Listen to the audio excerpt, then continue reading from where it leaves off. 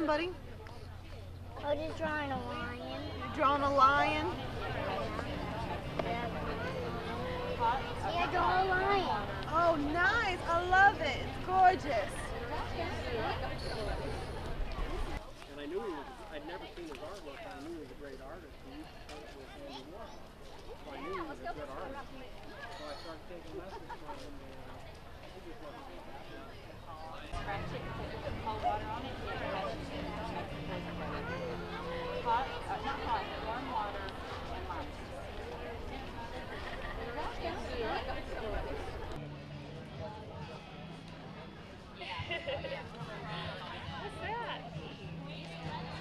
Are you a movie star? Sure. All right. We are American Crepe here. Excellent. I think you've got that down. I've done a few.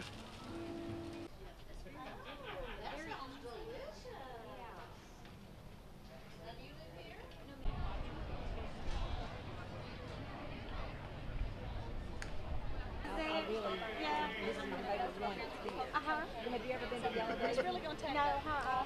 That is. But that's very unique. Lovely. Interesting. Robin could be. The way I was an education director for an art museum for a long time, and then a director and all that. But the way it happens, you get a big rolling. You need to have it so it rolls. Teachers don't like it. I don't like it that much. Right. But if you had it as a roll, it's a big tin. You open it up and there's.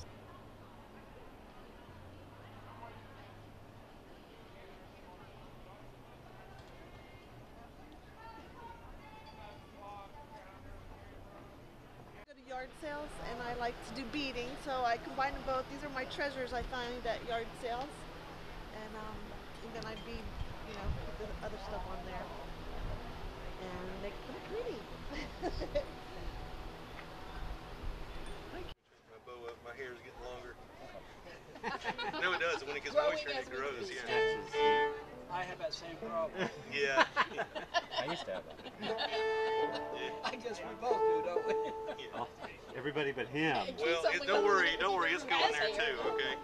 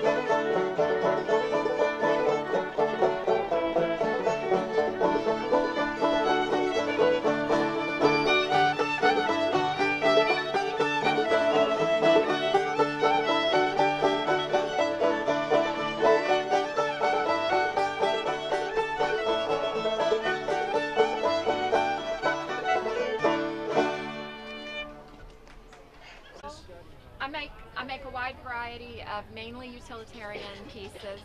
They're all dishwasher safe and microwave safe. I mix my own glazes so you can eat off everything. My children do too. I guess the pieces I like the best are the newest ones. You get tired of making the same thing. Yeah. So I'm making these earring holders. Those are brand new. And some of the different designs of my yarn bowls are brand new. Olive oil containers, olive oil will go bad if it gets in the sun, so it needs to be dark. And so anything I think of that is new. I mean, I like making bowls, I like making mugs and everything, but when I find a new style, I'm like, whoa. That's what I run with.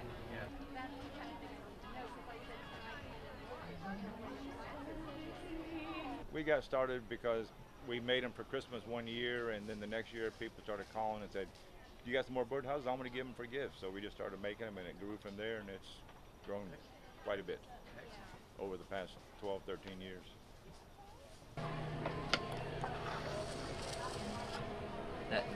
Your finger's not square, so we'll take that extra clay off of there. You can't ever get all the clay right off of the bottom. Just to kind of clean it up, saves time later. And then I'll use the rounded part more on the top here.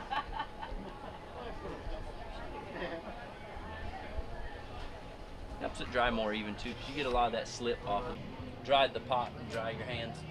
You break the vacuum, I guess you'd say, underneath there by tilting it back, and then you can just move it right off of there. Do that. And it has a bit of a memory, so even if it deforms a little bit, we can go back.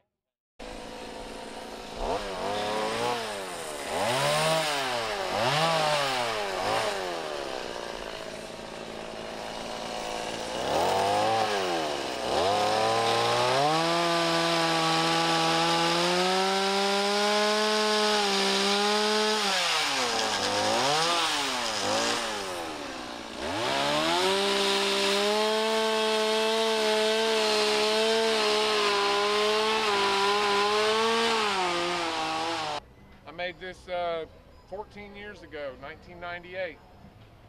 Back then it had 150,000 miles. Now, 14 years later, it's 355,000 miles. R.A. Miller, but he's my mentor. I met him back in 92. It wasn't until 98 that I made this car, but one of the first things I did for my artwork too is, and some of it's here on the car, is cut out tin with tin snips. That one there's the same thing.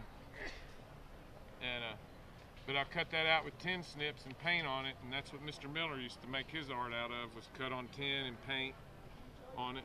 So he basically gave me the idea to start doing that. He passed away in 2007, I believe. He was about 96 years old. But meeting Mr. Miller here in Gainesville back in 1992, that was 10 years before I even moved to Georgia. I was just traveling the area, but meeting him up in Rabbit Town area of Gainesville pretty much led me to make this car and my art 8 years after I met him or so he definitely rubbed off on me. Excellent. I imagine he's walking around the square here today. Of course, we won't see him since he's passed away, but I'm pretty sure he'd be here at the art show today if he's got his way about it. When you cold and I hear your voice, I can't help a smile spread on my face. And when I look into your hazel eyes, it's like they take me to a different place. When you take my hand, oh, it feels like I've just won the lottery. When you pull me to your loving arms, well, I know I have the world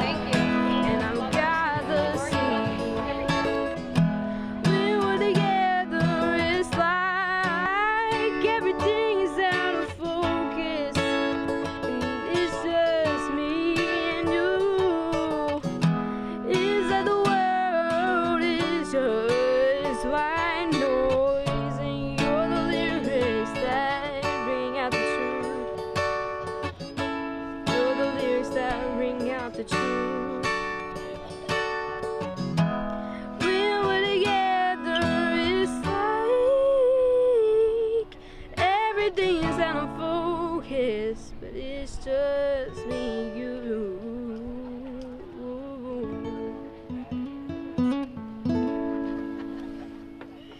I told her she tilted up, they could see it on the camera better. She didn't know She didn't know. the camera. I had no idea. I'm concentrating. It's good to see y'all. You look great.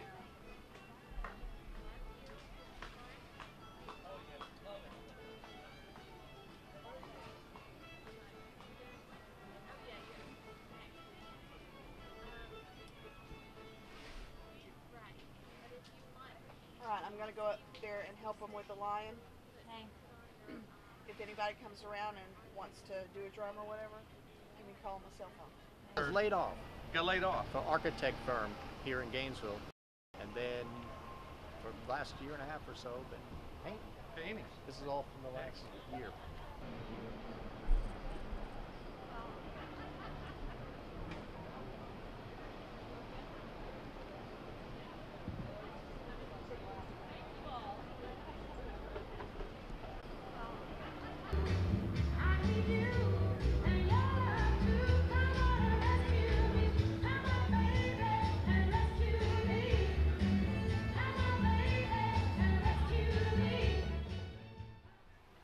Hi, my name's Allison Morris. I'm the creative coordinator for Bead Amigas, which is a social enterprise initiative based in Nicaragua. We employ about 10 to 12 women in rural Nicaragua to make beads out of paper, and they use actually upcycled wallpaper sample books, which have been donated to us by stores like Lowe's and Sherwin-Williams, and they cut the wallpaper into long triangular strips like this, and then they roll it around a piece of coat hanger wire, and eventually it forms a bead.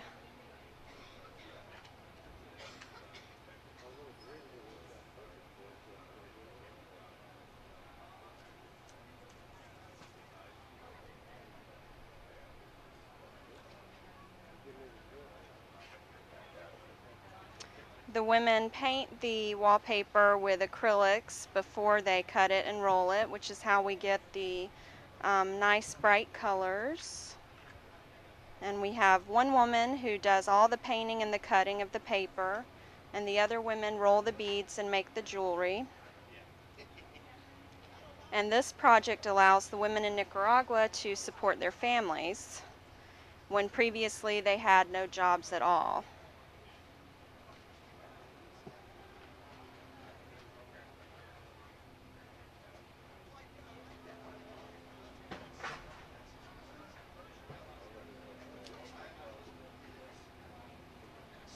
This project began as a craft project in the summer of 2006.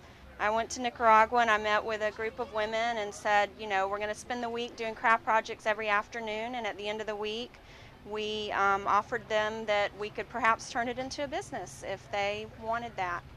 And they all wanted to do that. So that's how it was born. And this is a bead.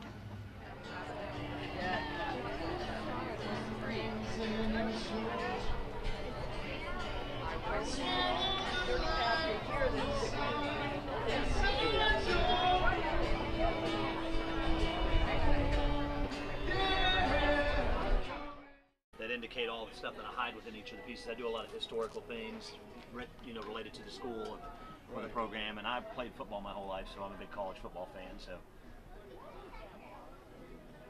it's all collegiate sports art, and this way anybody can afford my work, and everybody's happy.